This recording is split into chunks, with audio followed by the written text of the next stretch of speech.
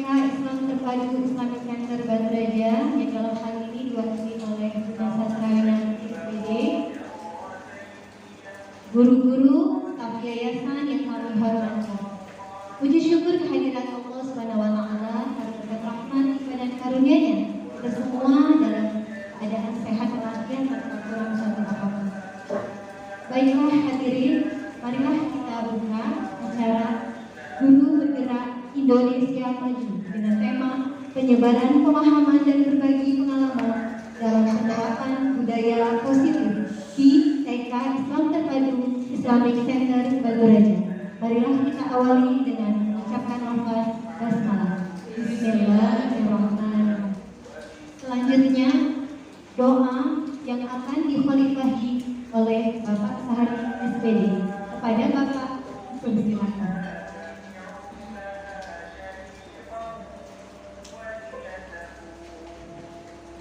Baiklah, untuk mulai kita pada pagi hari ini, sejenak kita bermunajat kepada Allah Subhanahu wa taala. Doa. A'udzubillahi minasyaitonir rajim. Bismillahirrahmanirrahim.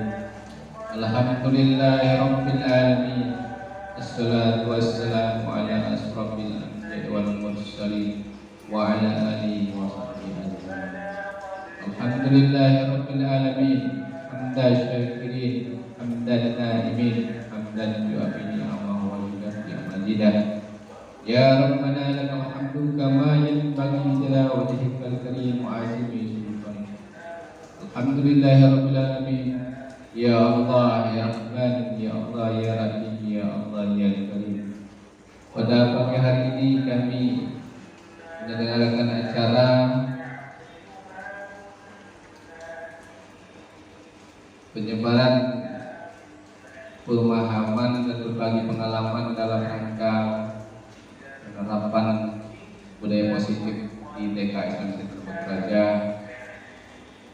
Ya Allah, berikanlah lancaran, kemudahan dalam acara kami hari ini. Jadikan acara hari ini acara yang dapat menyambung tali silaturahmi antara kami semua, ya Allah.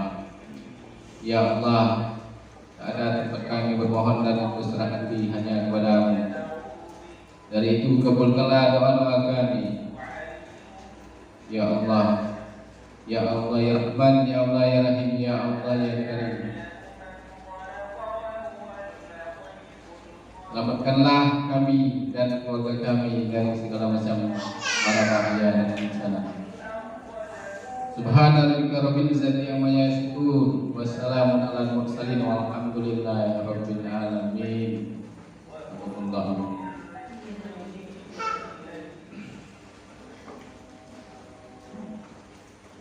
Selanjutnya sambutan oleh Kepala TK Islam Terpadu Islamic Center Batu Raja yang dalam hal ini akan diwakili oleh Bunda Sastrawinan Yasra.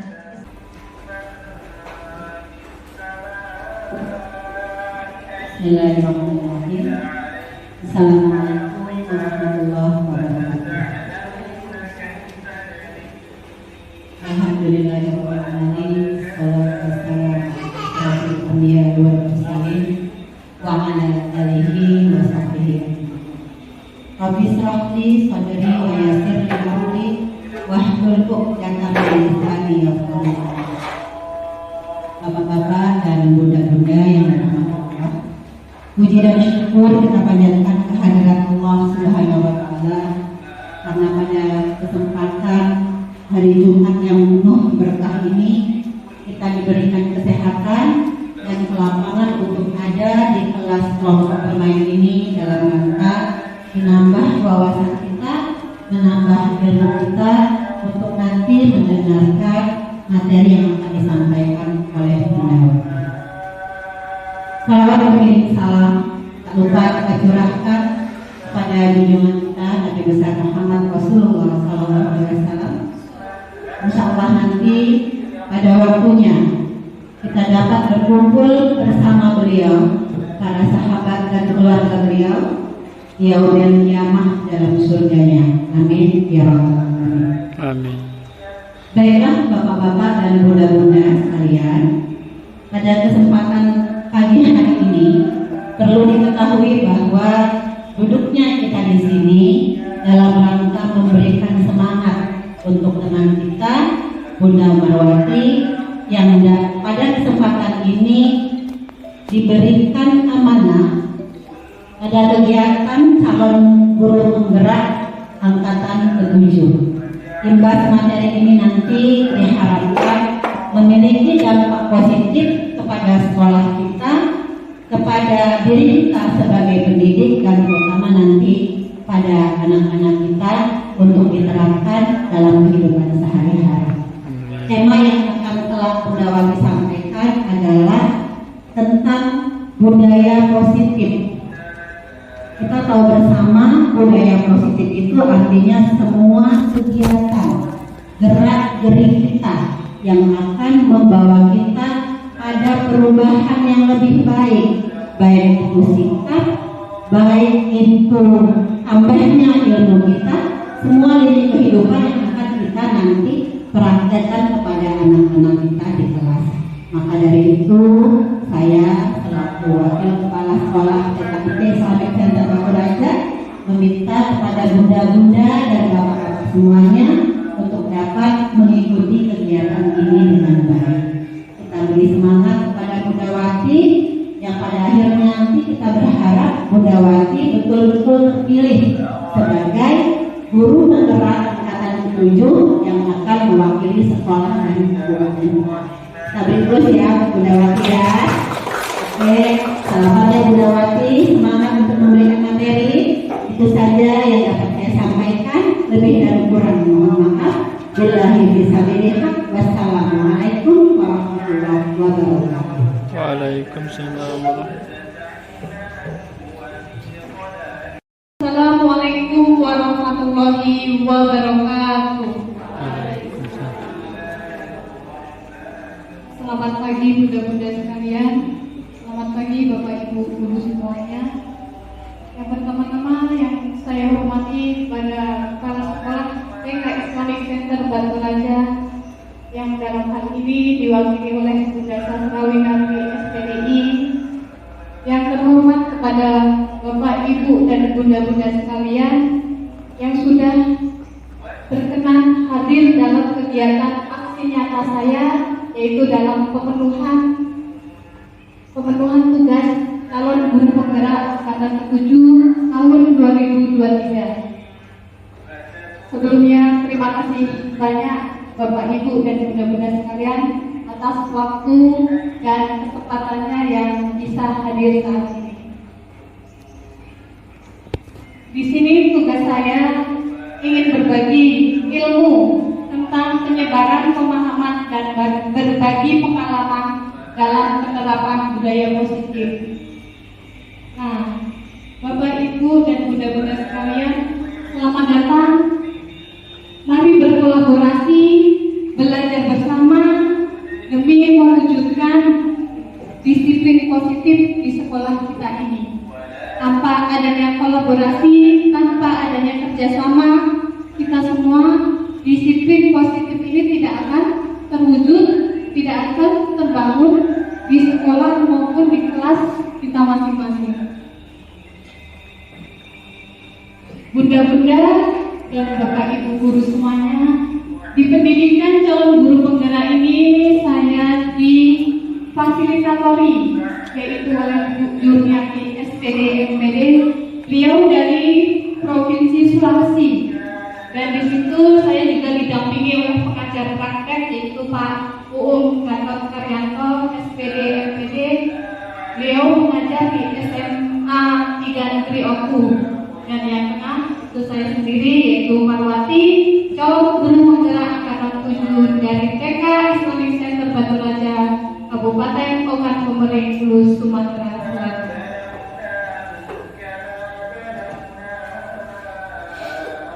Bapak Ibu dan bunda-bunda sekalian, di sini ada konsep pertama budaya positif. Nanti akan saya uraikan satu persatu, dari perubahan paradigma belajar, disiplin positif, kebutuhan dasar manusia, motivasi perilaku manusia, posisi kontrol, keyakinan kelas dan segitiga restitusi. Oke, sebelum saya melanjutkan ke slide selanjutnya, biar di sini tambah semangat, tambah rileks, karena kita sudah seharian ya, dari pagi sampai siang mengajar anak-anak, rasa jenuh, rasa capek itu pasti ada. Apalagi ini lagi musim hujan, nah, mungkin agak malas-malasan, enaknya tidur di rumah seperti itu ya. Untuk semangat kita, mari kita sama-sama ice breaking dulu ya, bunda-bunda sekalian dan bapak ibu guru. Silakan dimohon untuk berdiri. Bunda Alia, mohon dibantu untuk ice breakingnya. Oke, ini harus konsentrasi bapak ibu semuanya ya.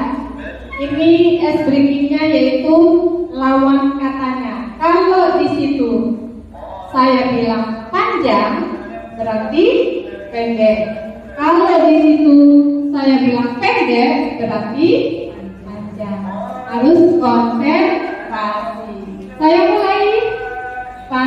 Pendek, panjang, pendek, pendek, panjang, panjang, pendek, panjang, panjang, panjang, pendek. Sekali lagi ya. Pendek, panjang, pendek, pendek, panjang, panjang, pendek, panjang, pendek, pendek, panjang. Oke, biar tambah semangat lagi, kita tepuk.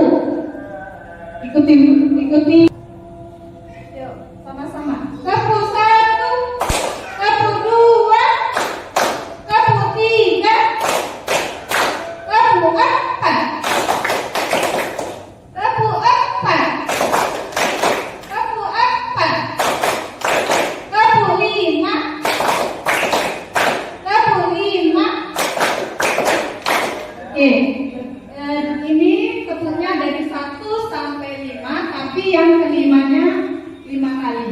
Ya, harus konsentrasi ya. Tepuk 1, tepuk 2, tepuk 3, tepuk 4, tepuk 4, tepuk 5.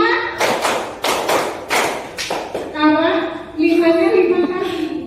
Ya, tepuk 5. 1, 2, 3, 4, 5. Oke, terima kasih. Oke, sekarang saya lanjut ke konsep utama budaya positif. Insya Allah bunda-bunda sekalian tidak asing ya dengan kata budaya positif. Budaya positif mungkin di pikiran bunda-bunda itu sudah ada jawabannya. Tadi sudah disinggung juga oleh wakil bunda kepala sekolah tentang budaya positif. Mungkin ada lagi jawaban lain tentang budaya positif. Siapa yang sekiranya mau menjawab? Oke, silakan. Ya, perkenalkan, nama saya Asmala Dewi, biasa dipanggil Bunda Mala. Saya akan mencoba menjawab budaya positif itu apa. Budaya positif adalah suatu pembiasaan yang bernilai positif yang di dalamnya mengandung sejumlah kegiatan yang mampu menumbuhkan karakter anak. Ya, mungkin itu saja yang bisa saya jawab. Oke, terima kasih Bunda Mala. Oke, itulah jawaban Bunda Mala tentang budaya positif. Ya, budaya positif itu pembiasaan yang bernilai positif. Sudah dijelaskan juga dengan Bunda Wakil Kepala Sekolah. Semua gerak-gerik yang mengandung kebiasaan yang positif. Tujuannya yaitu menumbuhkan karakter siswa supaya siswa itu mempunyai budaya positif yang tertanam di dalam dirinya. Itulah konsep utama budaya positif. Selanjutnya yaitu tentang pembelajaran dengan paradigma baru. Nah, bunda-bunda dan bapak ibu semuanya pasti tidak asing lagi dengan istilah pembelajaran yang berpusat pada guru dan pembelajaran yang berpusat pada anak. Karena kita semua sudah terjun di dunia pendidikan, pasti tahu istilah itu. Pembelajaran yang berpusat pada guru itu menempatkan peserta didik atau murid sebagai objek, sedangkan guru menempatkan dirinya itu salah satu sumber belajar. Padahal kita sudah ketahui sumber belajar itu bukan ada pada guru saja. Benar tidak bunda-bunda sekalian? Benar. Dari lingkungan sekitar itu anak juga bisa belajar. Nah, kalau pembelajaran yang berpusat pada guru itu, guru hanya mentransfer ilmu.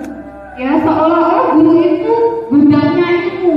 Jadi guru memberi pengajaran dengan metode ceramah, terus sehingga anak-anak itu cuma disuruh mendengarkan.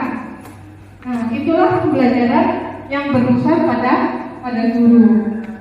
Nah, pembelajaran yang berpusat pada anak ini sesuai dengan prinsip pembelajaran yang terdiferensiasi.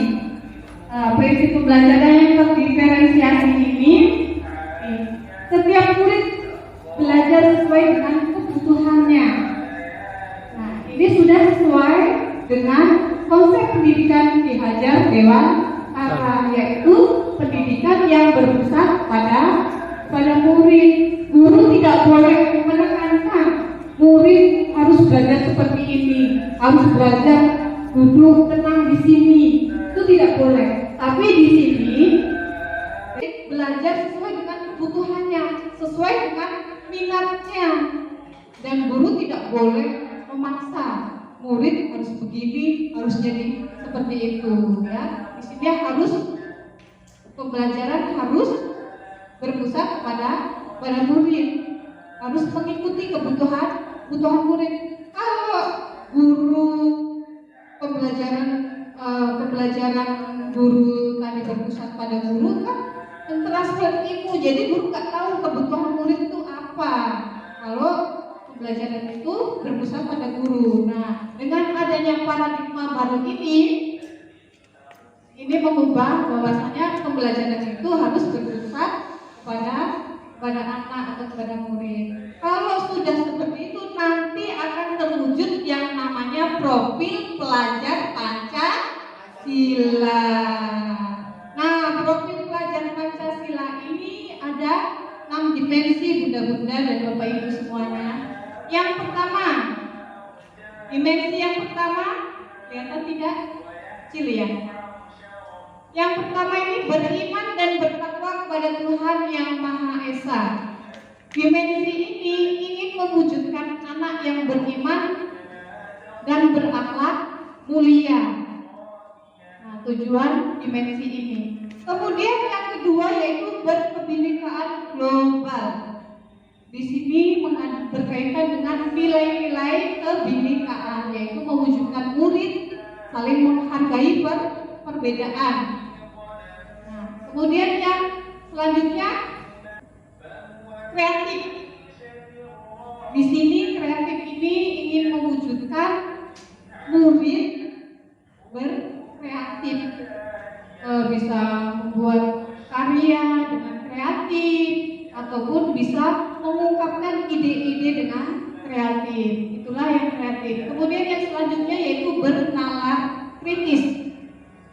Bernalar kritis ini, dimensi ini ingin mewujudkan murid yang bisa menyaring informasi, mengevaluasi, menyaring, sehingga menghasilkan keputusan yang tepat. Nah, menggunakan nalarnya. Inilah dimensi bernalar kritis. Kemudian selanjutnya mandiri. Nah, dimensi ini mewujudkan murid yang mandiri. Itulah 6 profil Pancasila. Mungkin bunda-bunda sekalian baru mendengar apa sih profil pelajar Pancasila. Nah, inilah 6 dimensinya, diantaranya ingin mewujudkan murid yang berkebinekaan serta berakhlak mulia, bergotong royong, kreatif, mandiri, bernalar-kritis. Kalau bisa dipahami Bapak Ibu dan bunda-bunda sekalian ya. Kemudian selanjutnya yaitu tentang disiplin positif.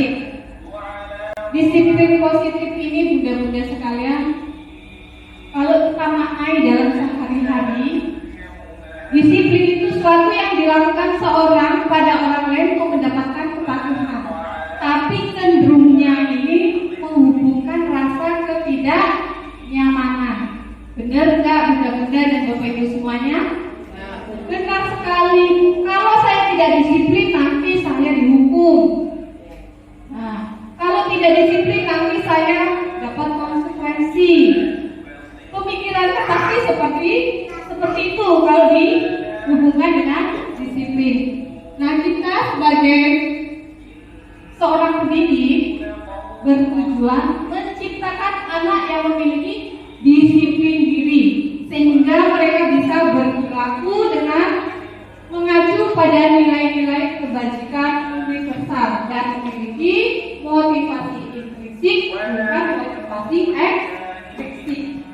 Nah, disiplin positif ini bunda-bunda sekalian merupakan salah satu cara penerapan disiplin yang bertujuan untuk menumbuhkan kesadaran diri serta memperdayakan anak untuk melakukan sesuatu tanpa sogokan, ancaman maupun hukuman. Nah, bunda-bunda sekalian, kita mempunyai kewajiban untuk menumbuhkan, menciptakan anak yang memiliki disiplin positif. Ya, bagaimana caranya? Nah, nanti ada di slide selanjutnya. Gimana caranya bisa disiplin positif itu kita terapkan di kelas maupun di sekolah kita. Nah, motivasi intrinsik, disiplin positif ini di situ pasti berhubungan dengan motivasi intrinsik dan motivasi ekstrinsik. Nah, motivasi intrinsik itu adalah motivasi yang timbul pada diri murid itu sendiri tanpa adanya paksaan. Ya. Contohnya, murid mau berangkat ke sekolah pagi-pagi supaya tidak terlambat. Apa tujuannya?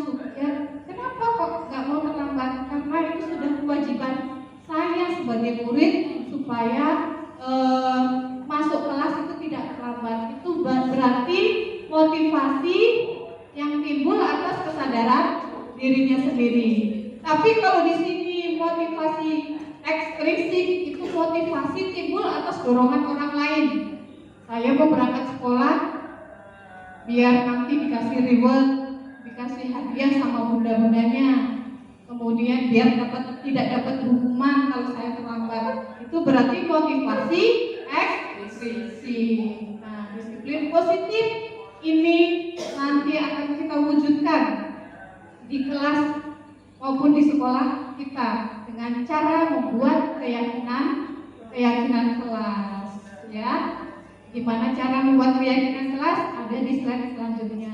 Jadi mohon anak bersabar tetap mengikuti kegiatan ini.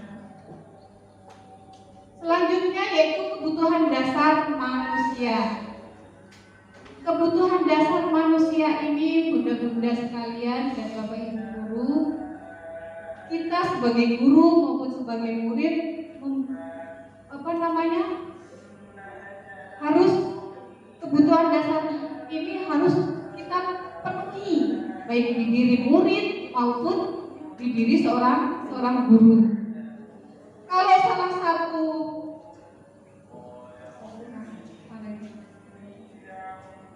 Kalau salah satu kebutuhan dasar ini tidak terpenuhi, maka perilaku murid akan menyimpang dari murid-murid yang lainnya. Nah, contohnya, kebutuhan dasar manusia ini ada 5 item. Yang pertama yaitu bertahan hidup.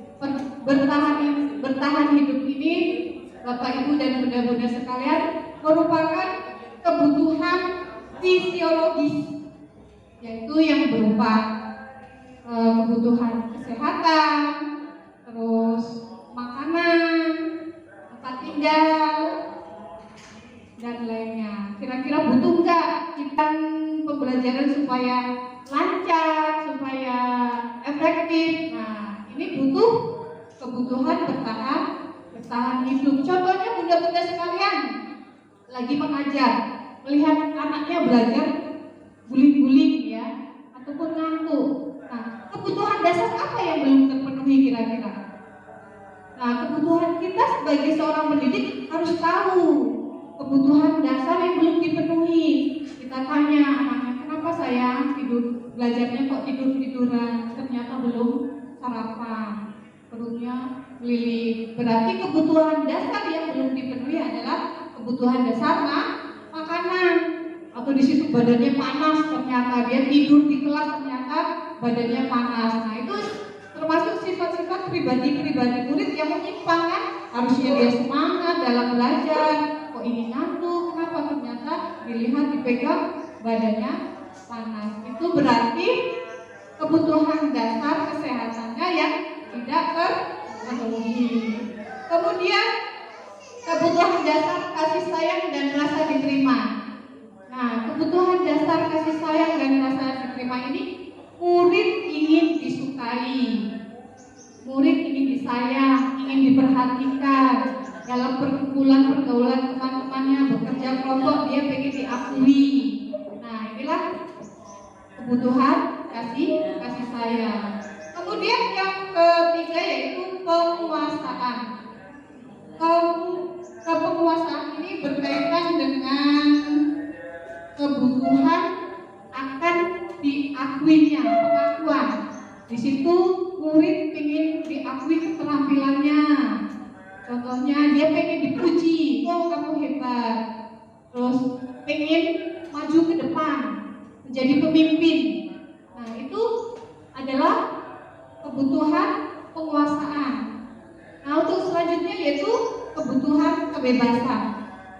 Nah, bunda-bunda dan bapak ibu semuanya, kebutuhan kebebasan ini sangat tinggi sekali yang harus dipenuhi. Apalagi kita sebagai pendidik, guru taman anak-anak. Nah, kebebasan ini harus kita terapkan ke anak didik kita, tapi dengan tanda yang positif.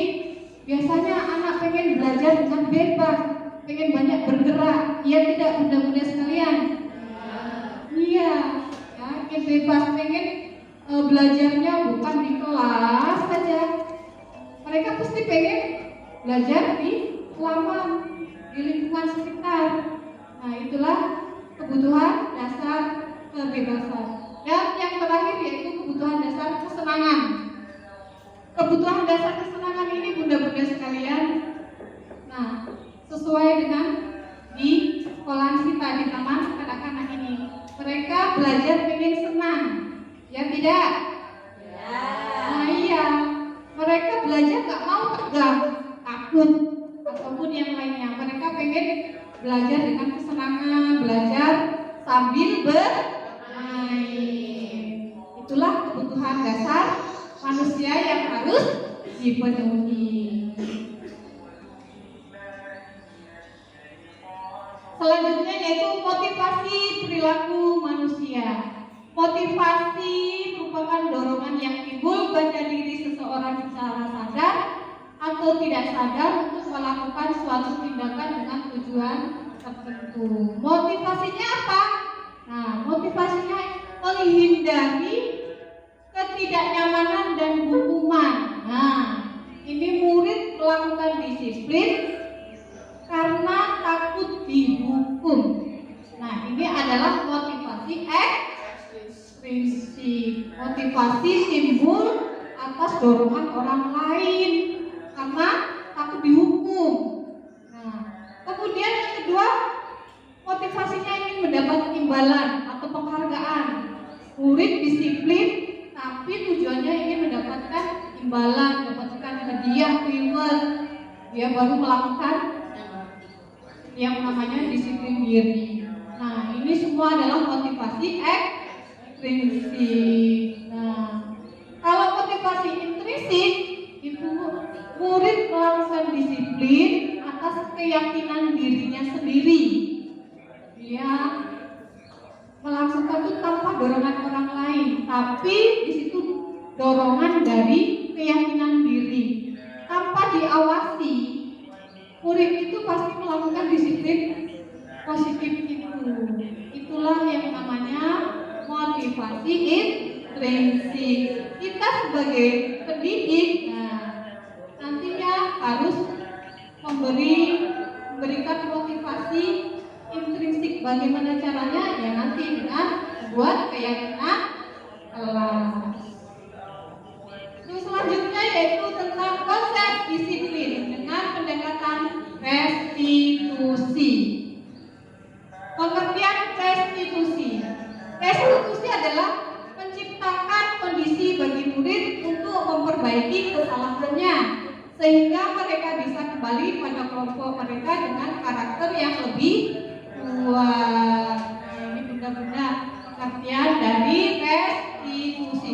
Insya Allah bunda-bunda sekalian itu baru mendengar istilah kata restitusi ya. Apa sudah pernah? Belum. Oke. Sama seperti saya. Saya baru mendengar kata restitusi ini ketika melakukan pendidikan di calon guru gerak ini. Baru saya mengenal apa itu namanya restitusi. Dari saya sekolah dulu sampai perguruan tinggi kayaknya saya belum pernah mendengar kata restitusi ini. Nah, restitusi itu menciptakan kondisi murid. Kita sebagai guru memfasilitasi, mendorong untuk menciptakan murid yang bisa memperbaiki kesalahannya.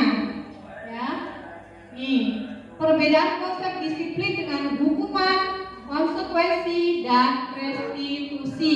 Nah, perbedaannya seperti apa? Contoh kasus. Murid sering tidak mengenakan atribut pada saat upacara. Nah, di TK kita ini biasanya murid-murid kita ini tidak memakai peci atau dasi. Jadi, bagaimana cara menghadapi kasus seperti ini? Dengan cara memberi hukuman, konsekuensi, atau restitusi.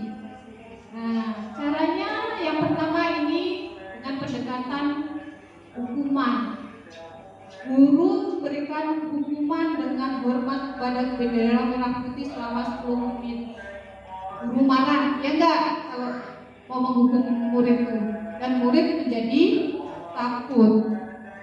Nah, konsep disiplin ini adalah konsep disiplin yang identitas gagal. Karena apa? Kalau murid dihukum, itu menyakitkan, melukai hati murid tidak? Ya. Terus memberi rasa tidak nyaman. Kemudian murid menjadi takut. Terus memaksa murid. Tadinya murid nggak mau seperti itu karena dapat hukuman, kemudian dilaksanakan hukuman itu. Kemudian murid menyembunyikan kesalahan. Besok lagi kalau aku berbuat salah, aku tidak nak ngomong-ngomong, aku nak sembunyi-sembunyi, tutupi kesalahanku.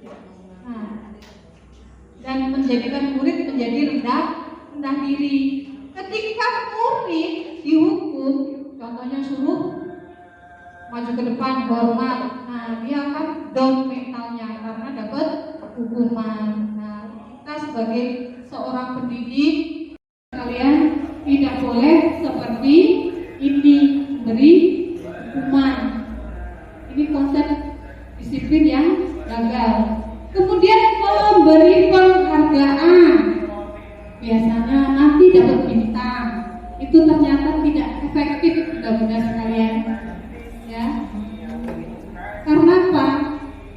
Jangka jaraknya itu tidak selamanya kontinu seperti itu. Nah ya, kemudian membuat rasa merusak hubungan, iri, jadi iri. Itu temanku dapat bintang, aku tidak. Nah, namanya sifat iri ini tidak baik. Kemudian mematikan kreativitas. Awalnya dia mewarnainya bagus, dapat reward, dapat hadiah, kamu dibagus-bagusin. Ketika dia tidak dapat hadiah, malas. Dia nggak mewarnainya salah. Kenapa mewarnainya seperti ini? Nah, tidak dapat hadiah dari bunda, malas aku. Nah, jadi ini penghargaan seperti ini adalah merusak kreativitas anak. Kemudian merampas hak anak dalam menghargai dirinya. Ya, sebenarnya anak itu mampu, memang bagus. Tapi kalau dia gak dapat reward, gak dapat buka, dan murid menghormati dirinya serta menghormati orang lain. Inilah perbedaan dengan konsep hukuman, konsekuensi, dan restitusi. Biar tambah semangat, terus semangat. Allah, alhamdulillah, Allahu Akbar. Sekali lagi ya, biar tambah semangat, terus semangat. Allah, alhamdulillah, Allahu Akbar. Kalau kau suka hati tepuk tangan. Kalau kau suka hati tepuk tangan. Kalau kau suka hati, mari kita lakukan. Kalau kau suka hati tepuk tangan. Oke, masih semangat? Masih semangat? Alhamdulillah. Kita lanjutkan, yaitu tentang 5 posisi kontrol guru. Manakah yang pernah dilakukan oleh bunda-bunda sekalian? Sudah semua dilakukan? Masya Allah, mantap. Ya, pernah jadi posisi kontrol penghukum? Pernah? Pernah. Pernah jadi pembuat rasa bersalah? Pernah. Pernah jadi teman? Kita pernah jadi teman? Nah, pernah jadi posisi kontrol pemantau? Nah, pernah jadi posisi kontrol manajer? Oke, supaya kita tambah jelas, tambah paham. Nah, posisi kontrol sebagai penghukum. Contohnya, perbedaan kasus murid tetap tidak memakai atribut saat upacara ya. Posisi kontrol penghukum. Posisi kontrol penghukum ini biasanya dulu bilang seperti ini: patuhi aturan sekolah, lalu berdirilah di sana, di depan sana. Ini posisi kontrol penghukum. Guru ngomong seperti itu. Kalau posisi kontrol membuat rasa bersalah, guru biasanya ngomong berapa kali bunda ini memberitahu kamu kok masih seperti ini deh, udah kecewa. Nah, ini ya gak sayang bunda sama kamu, ya lah. Itu adalah membuat rasa bersalah. Kemudian sebagai teman, posisi kontrol sebagai teman, ayolah nak, tertib, biar bunda bangga dengan kamu. Ya kamu salah memang, gak apa-apa, bicara ulangi lagi. Biasa seperti itu? Iya, oke, jujur banget ya. Oke, selanjutnya yaitu pemantau. Biasanya gurunya ngomong, kamu sudah melanggar tata tertib upacara. Kamu tahu konsekuensinya? Apa yang harus dilakukan? Nah, ini adalah posisi kontrol pemantau. Kemudian posisi kontrol manajer. Biasanya bunda gurunya ngomong, apakah kamu tahu kesalahanmu? Nah, kira-kira bagaimana kamu akan memperbaiki kesalahanmu? Nah, itu adalah posisi kontrol manajer. Nah, saya mau tanya, kira-kira posisi mana yang paling efektif di antara 5 posisi ini? Yuk, coba ke depan. Oke, yang paling efektif.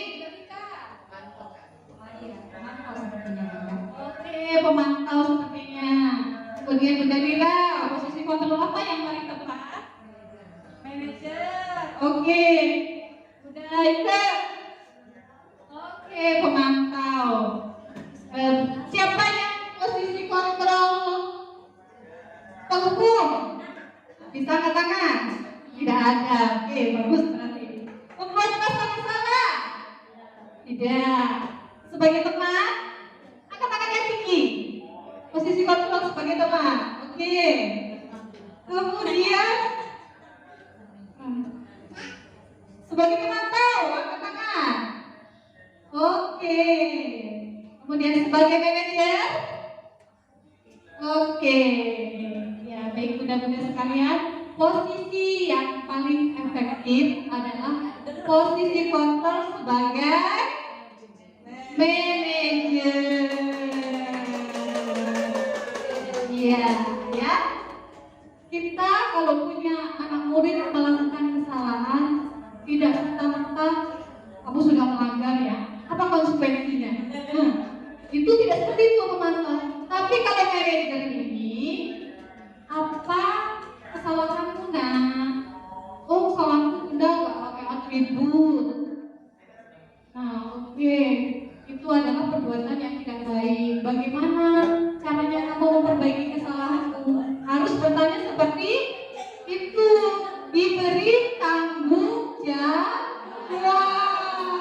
Nah, inilah yang paling efektif. Untuk selanjutnya yaitu ada pertanyaan. Silakan dijawab. Oke.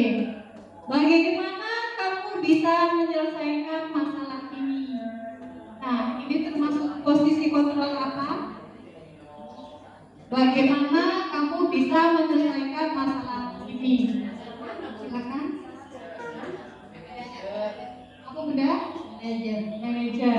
Posisi kontrol manajer. Guru bertanya, bagaimana kamu bisa menyelesaikan masalah ini? Posisi kontrol apa? Manajer. Oke, kita lihat.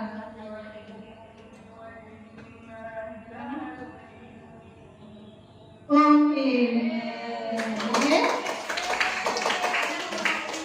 Lagi, masih ada pertanyaannya. Kira-kira posisi kontrol apa ini?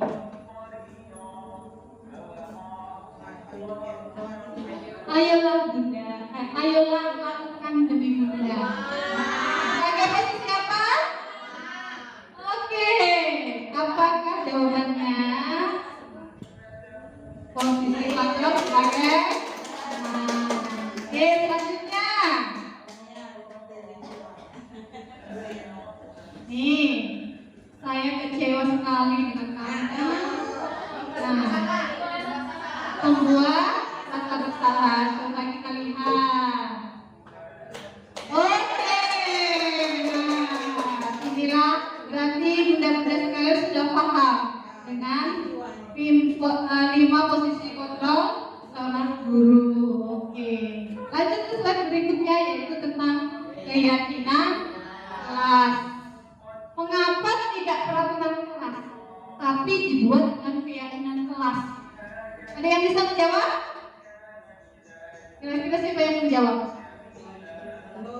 Kenapa tidak dibuat peraturan? Oh ya, silakan menyanyi. Ya, nggak apa-apa.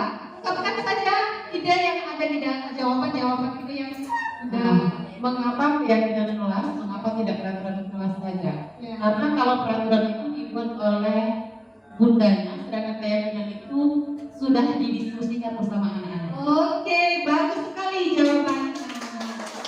Oke, itulah kenapa bukan keyakinan, kenapa bukan peraturan kelas tapi keyakinan kelas. Oke, benar sekali. Nah, contohnya seperti ini. Mengapa kita memiliki peraturan tentang menggunakan helm pada saat mengendarai motor? Jawabannya apa? Peraturan, ya peraturan. Kalau tidak dipatuhi, oke, coba bunda jelaskan. Ya, gimana? Karena kalau untuk pakai helm itu adalah peraturan Ya. dan dibuat oleh instansi yang terkait ya, dan tidak melewati diskusi melalui masyarakat. Kemudian ketika peraturan tidak pakai helm itu kita langgar, kita mendapat hukuman dari yang buat peraturan. Oke, ya terima kasih. Ada yang lagi yang ingin menjawab? Kenapa? Oke, yang Bunda Marin sampaikan itu memang benar. Ya. Kenapa menggunakan helm? Mengapa musikal ada aturan menggunakan helm biar kita tertilang? Ada nggak biar beri rasa keamanan? Ya. Ada. Kenapa nggak ada yang jawab? Oh gitu, boleh dijelaskan? Sudah, terima kasih ya. Mengapa adanya peraturan tentang penggunaan helm pada saat kendaraan? Sebenarnya penggunaan helm itu untuk diri kita sendiri, untuk orang yang mengendarai kendaraan, motor dan sebagainya. Karena kalau ada peraturan, sebenarnya itu termasuk seperti peraturan, bukan peraturan apa yang ekstrinsik dari orang lain ya, motivasi dari ekstrim ya, dari orang lain. Jadi orang lain yang menyuruh kita menyelamatkan diri kita sendiri. Harusnya diri kita yang menyadari kita yang harus menyelamatkan diri kita sendiri. Seharusnya itu harus kita lakukan sendiri, motivasi menyelamatkan diri kita sendiri. Mungkin seperti itu Bunda, terima kasih. Ya, ya. Oh, mau tambah lagi, silakan.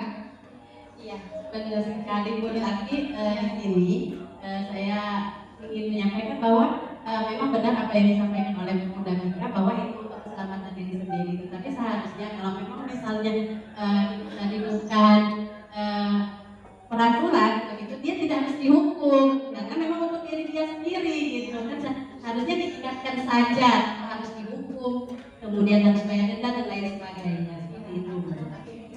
Oke, terima kasih atas jawabannya Bunda-bunda sekalian. Oke, siap. Oke, nah peraturan tentang penggunaan helm. Ada yang menjawab kalau tidak pakai helm nanti kena tilang. Itu termasuk bukan keyakinan kelas, karena timbulnya motivasi atas dorongan orang lain. Ya, kalau keyakinan kelas itu kalau pakai helm nanti aman di kepala saya bila terjadi musibah atau bila kebentur. Keyakinan kelas itu timbul rasa keamanan ya untuk dirinya sendiri, ya enggak? Kalau keyakinan kelas itu saya pakai helm supaya aman, ya itu keyakinan kelas, keyakinan timbul atas dirinya sendiri. Itu adalah motivasi intrinsik. Nah, itulah perbedaannya. Kenapa kita menggunakan keyakinan kelas? Supaya motivasi itu timbul atas dasar dirinya sendiri, bukan dorongan orang lain. Itu kenapa harus keyakinan kelas, bukan peraturan kelas. Sepakat tidak Bunda-bunda sekalian? Sepakat. Ya, kalau ada peraturan kelas, anak pikirnya nanti kalau saya ini kena hukum, ya enggak? Kena konsekuensi. Nah seperti itu. Itu kenapa tidak dibuat dengan peraturan, tapi dibuat dengan keyakinan kelas. Selanjutnya, nih, bagaimana kita membuat keyakinan kelas? Yang pertama, kita berdiskusi, ya, berdiskusi Bunda-bunda sekalian. Berdiskusi dengan siapa? Dengan anak-anak murid kita, dengan teman dan dengan teman sejawat ataupun keluarga sekolah yang ada di sekolah itu. Kemudian menentukan keyakinan kelas berupa pernyataan universal sesuai dengan nilai-nilai kebajikan. Nilai-nilai kebajikan itu Bunda-bunda sekalian itu nilai-nilai sifat manusia yang positif, seperti saya harus menghormati, saya harus bekerja sama. Itu termasuk nilai-nilai kebajikan, dibuat dalam bentuk positif. Kalau saling menghormati positif tidak? Ya. Kalau saling kerja sama positif tidak? Oke. murid-murid kita. Sesuaikan dengan kondisi kelas agar mudah diterapkan. Libatkan semua warga sekolah maupun warga yang ada di kelas itu supaya keyakinan itu bisa kita terapkan. Kalau kita sudah diskusi semuanya, kita tempel keyakinan kelas. Ini contoh di kelas B4 kemarin, itu menempel keyakinan kelas, masuk tanggung jawab, menjaga kebersihan, toleransi, terapkan 5S, ya, sapa, senyum, salam, sopan dan santun. Nah, itu termasuk keyakinan kelas. Nah, kalau sudah kita ketik seperti ini keyakinan kelas itu. Dan kita lanjut, yaitu mengenal dengan segitiga restitusi. Insya sudah tahu, mudah-mudahan sekalian ya. Tadi sudah saya jelaskan sedikit di slide depan tadi. Restitusi adalah proses menciptakan kondisi murid untuk memperbaiki kesalahannya supaya anak itu bisa bertanggung jawab. Nah, ini adalah tahapan segitiga restitusi, mudah-mudahan sekalian. Tahapan yang pertama yang perlu bunda-bunda lakukan, yaitu pertama, menstabilkan identitas. Kita sebagai guru, ketika menemui anak didik kita melakukan kesalahan, yang pertama kita lakukan yaitu menstabilkan identitas. Yang seperti apa? Contoh, anak melakukan kesalahan, langsung dipanggil anak itu, terus bilang kepada anak itu, "Nah, kamu melakukan kesalahan apa? Ini bunda." Ya, bunda juga pernah melakukan kesalahan seperti kamu. Sama, bunda juga pernah melakukan kesalahan, itu manusiawi, ya. Itu termasuk menstabilkan identitas. Di situ tidak langsung menghakimi anak. Kamu ini melakukan kesalahan seperti ini, terus nggak baik seperti itu. Gimana caranya? Nah, caranya kita harus menstabilkan identitas, membuat hati anak itu tetap tidak down, ya. Kalau anak kita marahin langsung hatinya down kan, langsung takut, kecewa ataupun gimana. Nah, kita sebagai seorang guru tidak boleh seperti itu, takut kena dihukum. Nah, jadi caranya yaitu dengan tahapan segitiga restitusi, yaitu yang pertama menstabilkan identitas, yang kedua yaitu validasi tindakan yang salah. Validasi tindakan yang salah ini kita sebagai seorang guru harus bertanya kepada murid, kenapa kamu melakukan kesalahan itu? Nah, pasti ada alasannya. Apa tujuannya kamu melakukan kesalahan itu? Nah, harus ditanya seperti itu. Nggak langsung dihakimi, langsung dihukum, ada konsekuensinya. Itu cara yang tidak baik. Yang baik pertama menstabilkan identitas, kemudian validasi tindakan yang salah, dan yang terakhir menanyakan keyakinan kelas yang sudah kita buat tadi. Tanya sama anak murid kita, keyakinan apa yang sudah dilanggar? Kan tadi sudah ada keyakinannya kan? Nah, nanti anak itu bisa bertanggung jawab atas kesalahannya. Tapi tidak kita paksa, kita yang menentukan kamu harus ini, itu tidak. Tapi kita beri tawaran. Nah, kalau sudah dia, oh bunda aku mau ini, memperbaiki kesalahanku, aku mau ini. Nah, itu kalau sudah seperti itu, ya itu perbuatan yang bertanggung jawab. Kamu kalau sudah jadi anak yang bertanggung jawab, nanti ke depannya pasti akan sukses. Nah, tanyain cita-cita kamu ke depannya mau jadi apa kira-kira? Oh pasti, aku mau jadi polisi bunda. Anak-anak TK kan biasanya seperti itu. Nah, apalagi kamu ingin menjadi seorang polisi, jadi kamu harus berbuat baik dan disiplin. Itulah menanyakan keyakinan kelas.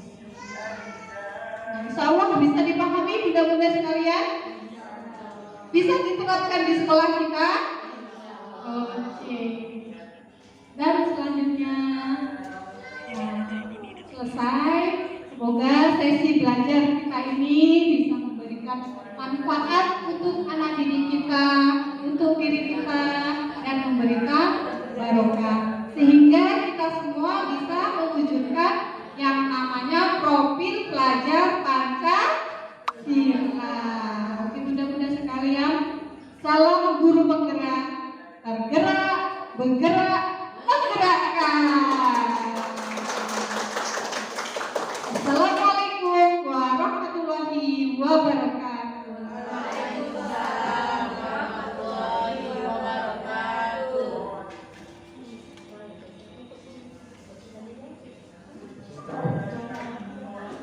Oke, alhamdulillah ya.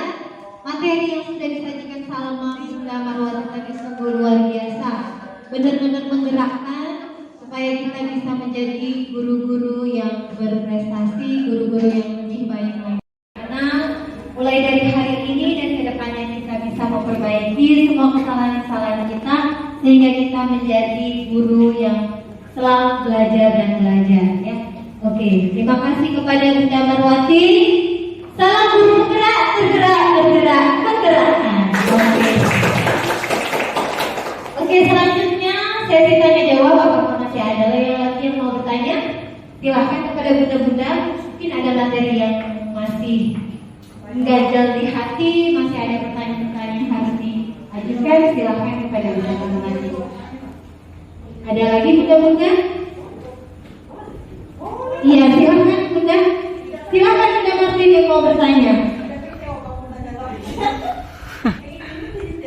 Silahkan ada. Iya. Kamu bertanya-tanya. Oh gini, yang satu pertanyaan Bunda Wati. Boleh apa tadi? Bagaimana sih cara memunculkan motivasi intrinsik dari dalam diri anak, gitu kan?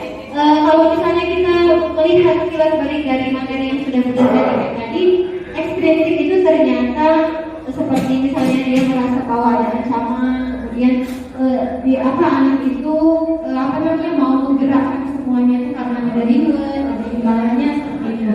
Sementara yang biasa kita lakukan kan memang ketika anak mendapatkan sesuatu yang baik itu kita kasih reward misalnya baik gitu, oh anak hebat, itu kan salah satu reward yang kita berikan. Jadi reward itu tidak semuanya dalam bentuk hadiah, tapi dengan cara memuji pun itu adalah reward atau imbalan yang memang ada hak anak di sana. Namun memang sebelumnya kan kita jelaskan gitu kan, tidak semua keadaan harus mendapatkan hadiah. Nah sekarang pertanyaan saya di sini, bagaimana sih cara memunculkan unsur intrinsik dari dalam diri anak itu sehingga anak benar-benar menyadari bahwa walaupun tidak ada gurunya, walaupun tidak ada orang tuanya, di dalam hati anak tergerak untuk menggerakkan. Contohnya salah satunya misalnya buang sampah pada tempatnya. Kadang anak ini kan kalau misalnya buang sampah pada tempatnya ketika ada guru saja, oh ada bunda sampah masuk dalam mata sampah. Tapi ketika dia di jalan, kemudian ketika dia berjalan sendirian, tidak ada orang lain di sana, dia tidak ada tergerak hatinya untuk membuang sampah itu pada tempatnya. Gimana kira-kira bunda memunculkan unsur intrinsik dari dalam diri anak? Terima kasih. Oke, terima kasih Bunda Eko. Bagus sekali pertanyaannya. Nah, pertanyaannya bagaimana kita memunculkan motivasi intrinsik pada anak murid kita. Yang pertama, kita buat keyakinan kelas terlebih dahulu. Nah, apa yang perlu kita buat? Termasuk membuang sampah pada tempatnya. Kemudian kita diskusikan dulu. Kalau sudah sepakat, kita lanjutkan membuang sampah pada tempatnya. Jadi adanya keyakinan kelas tadi itu kan adanya pembiasaan di kelas kita. Dengan adanya pembiasaan tadi itu nantinya akan muncul pada diri anak itu sadar, kata bunda kan harus membuang sampah pada tempatnya. Nah, kita kasih penjelasan juga kalau kita tidak membuang sampah pada tempatnya nanti kan akan timbul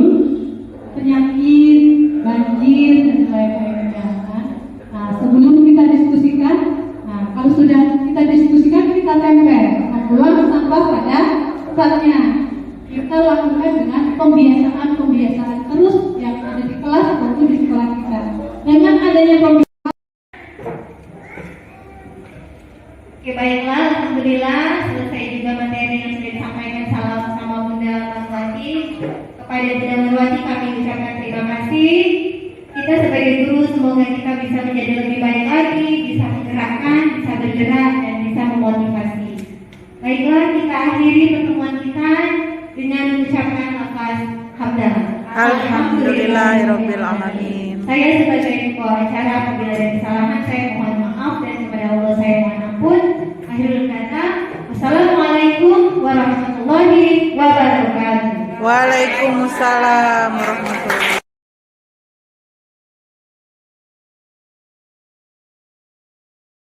wabarakatuh.